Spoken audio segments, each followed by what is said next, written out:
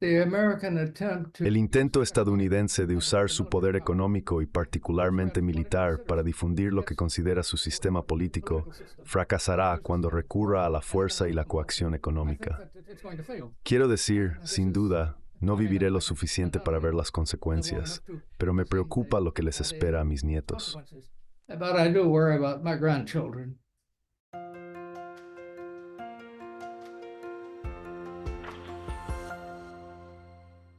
Hello everybody, this is Pascal and today Hola a todos, soy Pascal y hoy tengo el extraordinario privilegio de hablar nuevamente con el embajador Jack Matlock, una verdadera leyenda de la diplomacia estadounidense. Tengo que decirlo. El embajador Matlock nació en 1929 y se educó en las universidades de Duke y Columbia. Ingresó al servicio exterior en 1956 y eventualmente se convirtió en el embajador de Estados Unidos en la Unión Soviética de 1987 a 1991. Sus deberes en Moscú terminaron solo meses antes de la disolución del país en sí. Trabajó famosamente con el presidente Reagan y Bush Sr.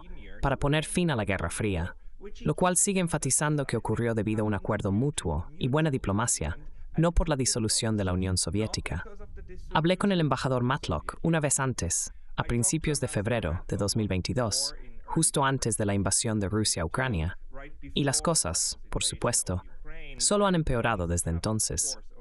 Pero recientemente escribió otra pieza muy importante sobre la diplomacia estadounidense, titulada El regalo de Navidad que sigue dando, en la que argumenta que Estados Unidos hoy está haciendo lo que la URSS solía hacer bajo la llamada Doctrina Brezhnev. Esto es lo que queremos discutir hoy. Así que, embajador Matlock, gracias por unirse a mí nuevamente. So Ambassador Matlock, thanks for joining me again. Encantado de estar acá hoy. Ambassador, Embajador, voy a hacerle una pregunta muy amplia, de hecho 3 preguntas, para darle tiempo de expandirse en ellas. ¿Cuál fue la doctrina de la depresión? ¿Por qué fue recibida por Estados Unidos como un regalo de Navidad? ¿O en qué sentido fue recibida como tal? ¿Y por qué cree que es un cáliz envenenado, como argumenta en su ensayo? chalice, as you argue in the essay. Yes. Well, what I tried to explain in the article. Sí, lo que intenté explicar en el artículo es algo que ocurrió hace mucho tiempo, en 1989. Sucedió cuando la Guerra Fría estaba terminando y Europa del Este estaba siendo liberada en su mayor parte fácilmente. En diciembre de ese año, el primer presidente Bush, se reunió con el presidente soviético Gorbachev en Malta. Hicieron un acuerdo, primero, que la Guerra Fría había terminado. Segundo, que la Unión Soviética no usaría la fuerza en Europa del Este si hubiera cambios políticos allí. También acordaron que Estados Unidos no aprovecharía la situación en Europa del Este. Esto fue unos meses antes de las discusiones sobre la unificación de Alemania Oriental y Alemania Occidental. El secretario de Estado dijo que si Alemania Oriental se unía con Alemania Occidental, no habría expansión de la OTAN hacia el este. Pongo esto en contexto porque, al pensar en la situación hoy, me recuerda a la Nochebuena de 1989. Me instruyeron para ir al Ministerio de Relaciones Exteriores, al viceministro de Relaciones Exteriores en Moscú, que era responsable de Europa del Este. La razón era que había estallado una revolución en Rumania, una muy sangrienta. Me instruyeron para ir y obtener su evaluación de lo que estaba pasando allí, lo cual es diplomacia perfectamente normal.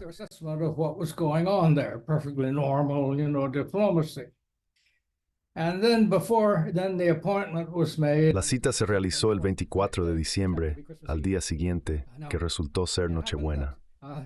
En un evento no relacionado a mediados de diciembre, Estados Unidos atacó Panamá para arrestar a Noriega, un narcotraficante.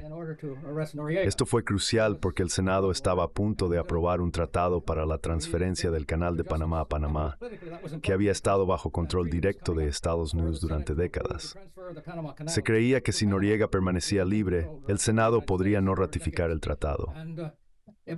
Ahora permítanme explicar la doctrina Brezhnev, que ha sido un tema de discusión durante mucho tiempo. El Occidente desarrolló este término por primera vez para describir la política soviética. Esta doctrina entró en juego cuando la Unión Soviética y otros países del Pacto de Varsovia invadieron Hungría en la década de 1950 y más tarde Checoslovaquia, alegando defender el socialismo contra amenazas percibidas. Según esta doctrina, si un país se consideraba socialista, es decir, dominado por comunistas, y enfrentaba cualquier amenaza a su socialismo, era el deber de otros países socialistas defenderlo, incluso si eso significaba una invasión. They had a right to invade, to defend. Now, this was Ahora, esto se basaba en la doctrina marxista-leninista. Marx y Lenin predijeron que la revolución proletaria eliminaría a la burguesía y crearía una sociedad sin clases. Esta sociedad viviría en paz y transitaría del socialismo al comunismo. En el socialismo, el principio es que cada persona recibe de acuerdo a su contribución. En el comunismo, cada persona recibe según sus necesidades. Esas eran las distinciones filosóficas. Sin embargo, ninguno de los países había logrado verdaderamente el objetivo del comunismo, aunque estuvieran gobernados por partidos que se identificaban como comunistas. La creencia era que la historia se movía en esta dirección. Aunque la ideología no se tomaba tan en serio con el tiempo, aún influenciaba el pensamiento de los líderes soviéticos. Durante su primer encuentro, el presidente Reagan criticó el apoyo soviético a las revoluciones en América Latina y África. Gorbachev respondió diciendo que esto era solo el despliegue de la historia, marcando el fin del colonialismo, y era inevitable. Gorbachev más tarde cambió su postura sobre este asunto. Pero el punto es, la creencia era que el futuro sería socialista y luego comunista, porque esa era la dirección hacia la cual se dirigía el mundo. Esa era la base. And so that was the basis. Now, May I just ask? Ahora, puedo preguntar, ¿también piensas que aquellos individuos como Yermikov y otros que nacieron y se educaron bajo el socialismo temprano realmente creían en este dogma? Ese es el punto, ¿verdad? That they truly believed this. They really believed in this dogma, right? That's the point. I think, Creo que realmente lo hicieron. I know. Operaban más desde un punto de vista de realpolitik, pero lo justificaban diciendo que no era algo contra nadie. De hecho, hablando de filosofía, desde Khrushchev en adelante, hablaron sobre coexistencia. Sin embargo, siempre se trataba de la coexistencia de países con diferentes sistemas sociales. En otras palabras, creían que podíamos vivir en paz con países que no se consideran dominados por el socialismo o el comunismo. Pero esto significaba que podría haber intervención si involucraba a un país del mismo sistema social. Este aspecto a menudo se pasaba por alto en su ideología. Todos quieren la coexistencia, pero según su fórmula completa, solo se aplicaba entre países socialistas y capitalistas. Los países socialistas tenían el derecho de intervenir en los asuntos de los demás, lo que esencialmente significa que la Unión Soviética tenía el derecho de intervenir si percibían una amenaza para el socialismo. En cuanto a mi experiencia personal, me instruyeron para preguntar sobre su visión de la situación en Rumania. Recibí un telegrama con estas instrucciones. Más tarde recibí una llamada en mi línea clasificada. El llamante dijo que cuando hablara con ellos, debería hacerles saber que si necesitan usar la fuerza militar en Rumania, por ejemplo, para proteger a sus ciudadanos y evacuarlos, el presidente Bush no lo consideraría una violación de su acuerdo. You see, they had agreed earlier in December that Habían acordado a principios de diciembre que Gorbachev no intervendría en Europa del Este. Le dije a la persona que llamó que no veía cómo podría sacar ese tema sin parecer que lo estaba alentando. Sin embargo, dije que lo haría si eso es lo que quería el secretario de Estado. Entonces, cuando lo mencioné delicadamente, el viceministro Iván Aboimov se enfadó mucho. Obviamente, estaba pensando en cómo habíamos intervenido en Panamá justo 2 semanas después de la reunión, a pesar de la seguridad de Gorbachev de que no intervendrían en Europa del Este. Simplemente dijo, la doctrina Brezhnev ya no se aplica a nosotros. Se lo damos como un regalo de Navidad. Esto fue el 24 de diciembre. En ese momento pensé que era un movimiento astuto. No creí que la situación en Panamá duraría mucho. Teníamos fuertes razones políticas para intervenir, principalmente concernientes al Tratado del Canal de Panamá. Sin embargo, la situación duró más de un mes y no terminó hasta finales de enero. Avanzando rápido, después de que terminó la Guerra Fría, hubo varias percepciones erróneas entre los estadounidenses, europeos e incluso asiáticos. Parecía ser una creencia mundial que Estados Unidos o el Occidente habían ganado la Guerra Fría como si fuera una victoria cuasi militar, llevando a la derrota de la Unión Soviética. Esta creencia persistió después de que la Unión Soviética se desintegrara, con muchos pensando que Rusia fue derrotada. To be that, well, Russia was defeated. Well, these were all basic misperceptions. Bueno, todas estas eran percepciones erróneas. Habíamos negociado un fin a la Guerra Fría en interés de todos. Era tanto en interés de la Unión Soviética como en el de Estados Unidos y sus aliados de la OTAN. En cuanto a la desintegración de la Unión Soviética, Estados Unidos no quería que eso sucediera. Sí, queríamos que los 3 países bálticos recuperaran su independencia. Vale la pena señalar que uno de los últimos actos del Consejo de Estado soviético fue aprobar su independencia. Así que no ganaron su independencia debido a la desintegración de la Unión Soviética. La Unión Soviética la legalizó antes de desintegrarse. Eso también es algo que recordar. De hecho, la desintegración de la Unión Soviética fue una derrota para la política estadounidense. El presidente Bush quería que Gorbachev tuviera éxito en crear una federación voluntaria y más democrática. Creía que todas las repúblicas no bálticas estarían mejor manteniendo alguna asociación entre ellas, siempre y cuando fuera voluntaria. Desafortunadamente, eso no sucedió. Es muy interesante que las personas que constantemente acusan a Rusia de siempre hacer daño a sus vecinos deberían notar que fue el presidente electo de la Federación Rusa quien lideró la desintegración de la Unión Soviética. Esto no era algo que Estados Unidos o sus aliados de la OTAN buscaran en ese momento. De hecho, el presidente Bush dio un discurso el 2 de septiembre de 1991. Voló a Ucrania y entregó un discurso a la Rada ucraniana en esa fecha. On September 2nd, 1991, he had flown from Moscow to Kiev. I flew on the plane. Había volado de Moscú a Kiev. Volé en el avión con él. En ese discurso, apeló a los ucranianos a unirse a la unión voluntaria de Gorbachev y advirtió contra lo que él llamó nacionalismo suicida. En ese momento estábamos pensando en la violencia en Georgia soviética, donde había habido violencia contra algunas de sus minorías. Sin embargo, no era política de intentar desmembrar la Unión Soviética. A medida que avanzaba el año, se hizo evidente que la Unión Soviética iba a desintegrarse. Por supuesto, tuvimos que aceptarlo y establecer embajadas en todas las 15 exrepúblicas, pero no era algo que buscáramos. Ahora, en el lado ideológico, avancemos un poco. El marxismo-leninismo y la doctrina Brezhnev se suponían un curso inevitable de la historia. Predecían una revolución inevitable y que todos los estados seguirían este camino.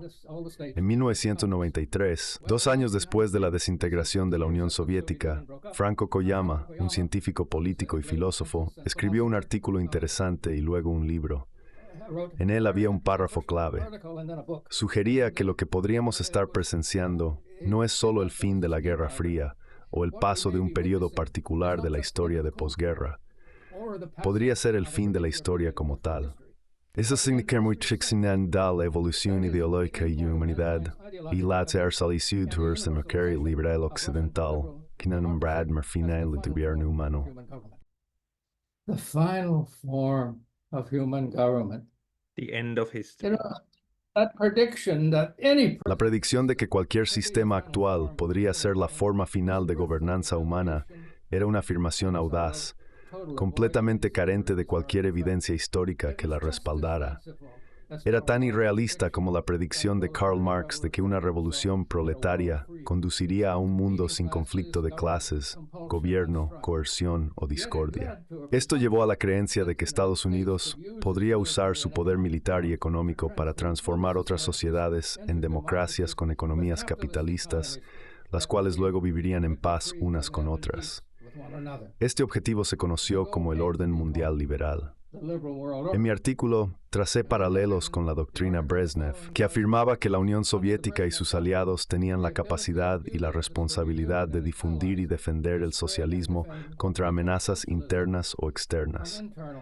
De manera similar, el orden mundial liberal, ahora a veces referido como el orden basado en reglas, se ve como la capacidad y el deber de Estados Unidos y sus aliados de difundir y defender la democracia contra amenazas internas o externas.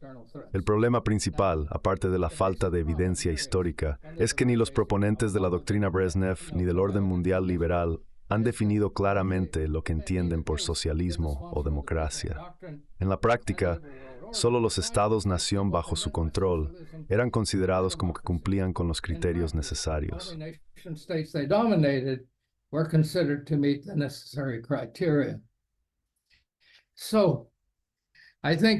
Entonces, creo que basado en eso, me pareció que en lugar de liderar el mundo para crear una estructura de seguridad en los años 90 que asegurara la seguridad de cada país después de que la Unión Soviética se desintegrara, perdimos una oportunidad.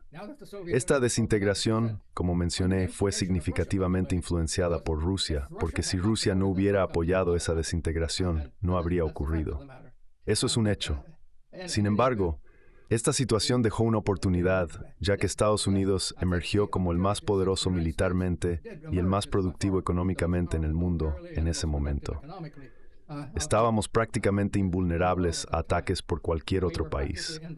El ataque terrorista que vino después no fue por un país, y aunque fue limitado y horrible, fue diferente. Lo que creo que deberíamos haber hecho era desarrollar un sistema de seguridad en Europa que asegurara la seguridad de todos. En lugar de eso, comenzamos a expandir la OTAN. Testifiqué en contra de eso fuertemente ante el Senado de Estados Unidos.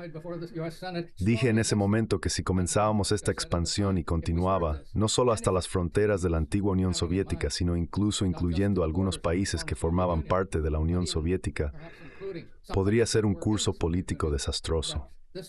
Me quedó claro, y casi todos los que negociaron el fin de la Guerra Fría estuvieron de acuerdo, que este era el camino equivocado a seguir. This was the wrong way to go.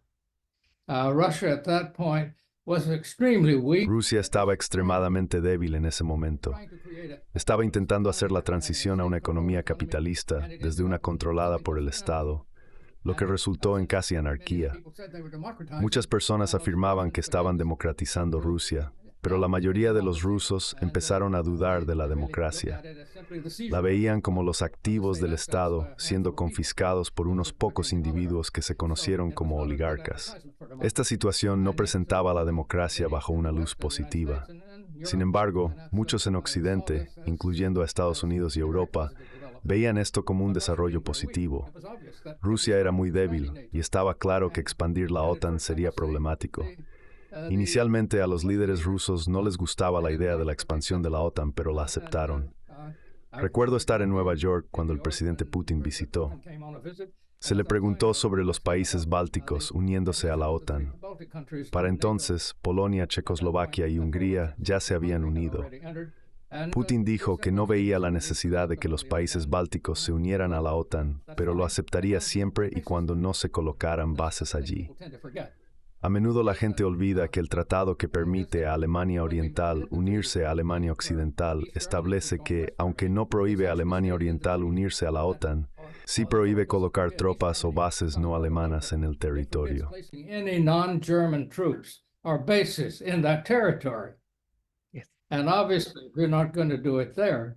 Y obviamente no vamos a hacerlo allí.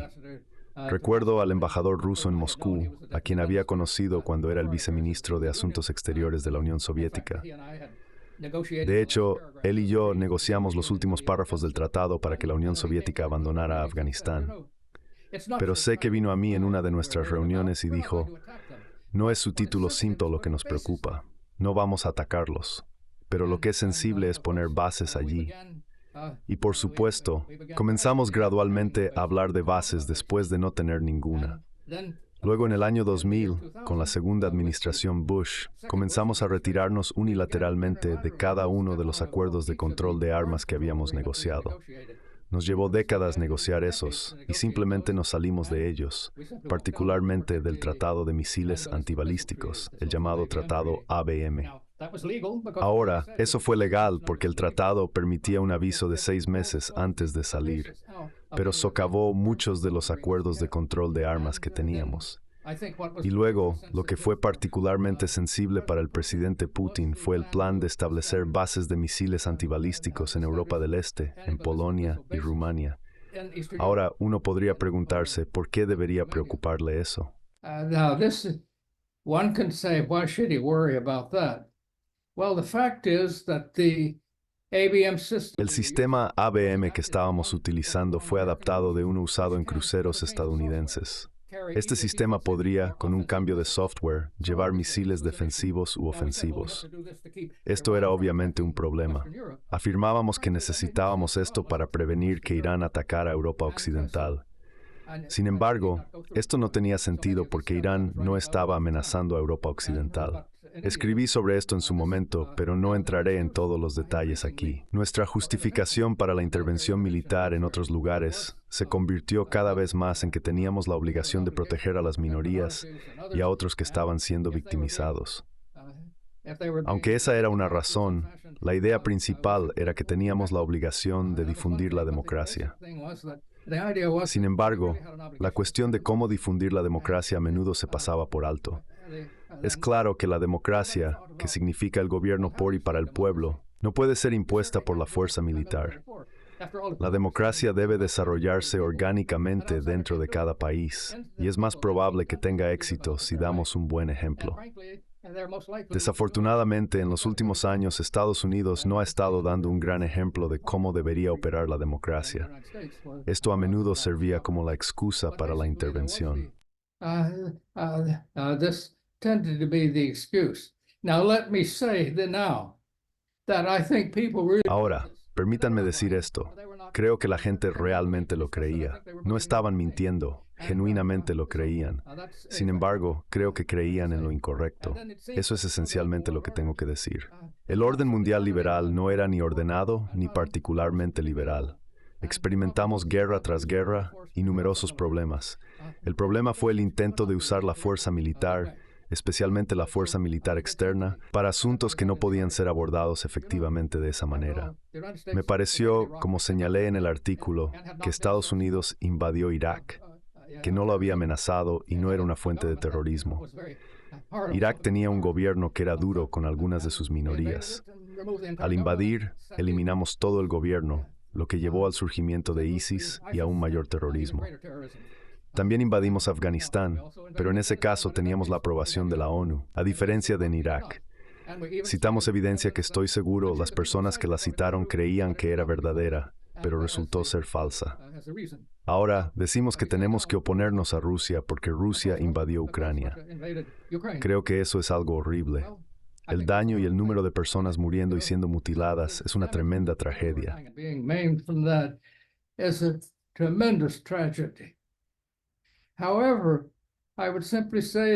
Sin embargo, simplemente diría que no tenía que suceder. Creo que lo que el presidente Putin quería era una garantía de que no tomaríamos en serio a Ucrania. Independientemente de si piensas que está exagerando, la mayor parte de Ucrania había sido parte de Rusia durante siglos. La parte occidental de Ucrania, que ahora lidera el gobierno, no formaba parte de Rusia, era parte del Imperio Austrohúngaro y Polonia. La ironía es que las fronteras de Ucrania, que el actual gobierno ucraniano insiste en restaurar, fueron creadas por Joseph Stalin y Adolf Hitler. La adición de Crimea fue solo una transferencia en papel por Nikita Khrushchev. Esta situación es una verdadera tragedia. No tenía que suceder. Por supuesto, la invasión es horrible, pero es peor que la invasión de Irak por parte del segundo George Bush. Intentemos ser justos con estas cosas. Ha resultado que Estados Unidos ha comprometido demasiado sus recursos y está manejando estos asuntos incorrectamente. La verdadera contradicción es que mientras condenamos el genocidio en Gaza, estamos proporcionando todas las armas y cobertura política para llevarlo a cabo. Esto es una total contradicción con lo que debería haber sido su política. This is, of course, a total contradiction to what our policy should have been. And May I May I Puedo ask, preguntarle, ¿cree usted que las contradicciones que están surgiendo ahora eran similares a las de la Unión Soviética durante los años 60, 70 y 80? En aquel entonces había una brecha entre la ideología y la realidad. Lo que estamos viendo ahora es una contradicción significativa entre la ideología de un orden mundial liberal y un orden basado en reglas, que se ha estado desarrollando durante los últimos 30 años, y lo que realmente es, sí, estos desarrollos paralelos. Do you see these as parallel developments? Well, I wouldn't say them as parallel. Bueno, no los describiría como paralelos. Creo que las personas involucradas, al menos la mayoría de ellas, son bastante sinceras en ambos lados. Lo entendí en ese momento. No es que estén mintiendo. No, todos están difundiendo mucha propaganda. En lo que respecta a Rusia y Ucrania, no ha habido más propaganda de Rusia que de Ucrania. Y ciertamente cuando miramos el cercano Oriente, vemos mucha propaganda proveniente de ambos lados allí. Entonces, cuando estos conflictos comienzan, la verdad e incluso la realidad, los hechos, se convierten en víctimas porque la gente comienza a ver todo con una visión casi de túnel. Lo que intenté decir en el artículo fue que el intento estadounidense de usar su poder económico y particularmente militar para difundir lo que considera su sistema político a través de la fuerza y la compulsión económica va a fracasar.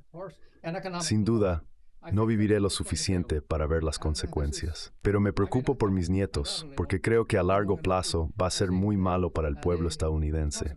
Estamos sobrecomprometidos, estamos luchando todas estas guerras y apoyando todo esto con fondos prestados. Ahora tenemos una deuda de más de 23 billones. Y no solo se le debe a los estadounidenses, se le debe a muchos otros países también. Así que creo que todo el intento de usar nuestra posición económica dominante, particularmente en el sector financiero, como armas, va a volver para atormentarnos. Hablo como un estadounidense muy leal, uno que prometió mi trabajo para llevar a cabo los términos de la Constitución estadounidense. No fue un juramento de lealtad a ningún individuo. Y creo que nuestro Congreso tiende a ignorar algunas de las condiciones claras en la Constitución. No deberíamos luchar una guerra sin una declaración de guerra, y no hemos tenido una desde la Segunda Guerra Mundial. And we've not had one since the Second World War. May I ask you about your Puedo preguntarle sobre su percepción del ambiente ideológico actual en Estados Unidos y en Occidente en general. Usted tenía 12 años cuando ocurrió Pearl Harbor, así que debe tener recuerdos de ese periodo. Y luego estuvo la Guerra Fría. Usted estuvo allí. Hablando ideológicamente, en términos del nivel de propaganda, ¿estamos cerca del clima de propaganda ideológico del macartismo? Chas Freeman argumentó que la situación actual en Estados Unidos y Occidente es cercana, o de hecho peor, que el macartismo. ¿Está de acuerdo con él en eso? Or, it's actually worse than McCarthyism. Would you agree with him on that or not? Well, I think within the United States we are. Bueno, creo que dentro de los Estados Unidos estamos muy divididos políticamente. Demasiadas personas tienden a ver todo como un asunto de izquierda a derecha. Sin embargo, esto es multidimensional. En política exterior, encontramos que tanto conservadores como liberales están de acuerdo conmigo. De hecho, cuanto más conservador y libertario es una persona, más probable es que esté de acuerdo conmigo. Con los liberales, siempre me he considerado principalmente un moderado, ya sea liberal o conservador, porque estos temas se mezclan mucho. Pero en política exterior, estas etiquetas no aplican. Internamente estamos muy divididos ahora y, en mi opinión, ambos partidos políticos principales nos han fallado. Después de todo, ambos de los candidatos más probables para la presidencia en las elecciones de este año han fallado. A lo sumo diría que tal vez un 41% de aprobación. La mayoría de las personas no quiere a ninguno de los dos. Sin embargo, nuestro sistema político muy probablemente va a producir un concurso que nadie quiere. Al mismo tiempo, el país está muy dividido geográficamente, con ambas costas siendo más democráticas y gran parte del interior siendo republicano. Así que creo que tenemos problemas domésticos con los que vamos a tener que lidiar. ¿Los abordaremos? Creo que sí, pero creo que el gasto excesivo de recursos en asuntos exteriores, tratando de involucrarnos en los asuntos de otras personas, o tomando un lado u otro en lo que es una disputa doméstica, simplemente es el camino equivocado a seguir. Espero que al menos podamos aprender gradualmente a no hacer eso y empezar a ser el pacificador en lugar de alguien que está constantemente tomando partidos. Maybe a last question, because it seems to me that Quizás una última pregunta, porque me parece que en los últimos 30 años, desde el fin de la Guerra Fría o el colapso de la Unión Soviética, Estados Unidos ha incrementado su uso de intervenciones militares. Incluso antes de eso, las intervenciones sucedían, por ejemplo en Chile. Sin embargo, se volvieron más como guerras abiertas. Ahora con Ucrania, hemos visto este proceso desplegarse ante nuestros ojos, cómo las cosas escalaron de mal a peor, llevando a una guerra real. Vladimir Putin recientemente dijo en una entrevista con Tucker Carlson que el alejamiento de Ucrania de los acuerdos de Estambul fue un tremendo error que podría haber terminado la guerra. La neutralidad de Ucrania es algo que muchos creen es la solución más obvia. Sin embargo, eso no sucedió porque los neoconservadores en Estados Unidos se oponen a ello. ¿Crees que lo que está sucediendo actualmente llevará a Estados Unidos a adoptar un enfoque más de realpolitik, alejándose de la ideología de esparcir la democracia bajo la apariencia de hacer guerra? ¿Conducirá a un retorno a una política más pragmática? Than making war. Do you think it will now lead to more realpolitik again? Bueno, creo que nuestra política tiene una dicotomía. Por un lado está justificada en términos ideológicos, pero por otro lado también se trata de realpolitik, en el sentido de que parece haber una idea de que es ventajoso para un país extender su influencia. Sin embargo, como todo imperio ha aprendido, no hay nada que te debilite más a largo plazo que intentar gobernar a personas que no quieren que las gobiernes. Además, los forasteros generalmente no son las mejores personas para involucrarse en lo que podrías llamar una pelea familiar. Lo que está sucediendo en Ucrania realmente es una pelea familiar, con todos los elementos psicológicos de una guerra civil. Durante los últimos 30 años aproximadamente, estos países han sido independientes. Tenemos que recordar que estas no eran fronteras que se trabajaron a lo largo de los siglos o que se consideraron sagradas. La desintegración de la Unión Soviética significó que todos ellos se enfrentaron a problemas muy difíciles de pasar a una economía capitalista competitiva desde una economía controlada por el Estado, entre otras cosas. Estos son procesos muy complejos y un forastero realmente no puede ayudar mucho si toma un lado u otro. Lo mejor que puedes hacer es intentar mediar, quizás. Ese debería ser el papel, similar a lo que hicieron los noruegos en la década de 1990, que casi logró una solución de 2 estados en Israel y Palestina. Pero ese tipo de diplomacia parece haber sido abandonado. En cambio, el mundo se está dividiendo entre nosotros y ellos, lo que creo que es un gran error.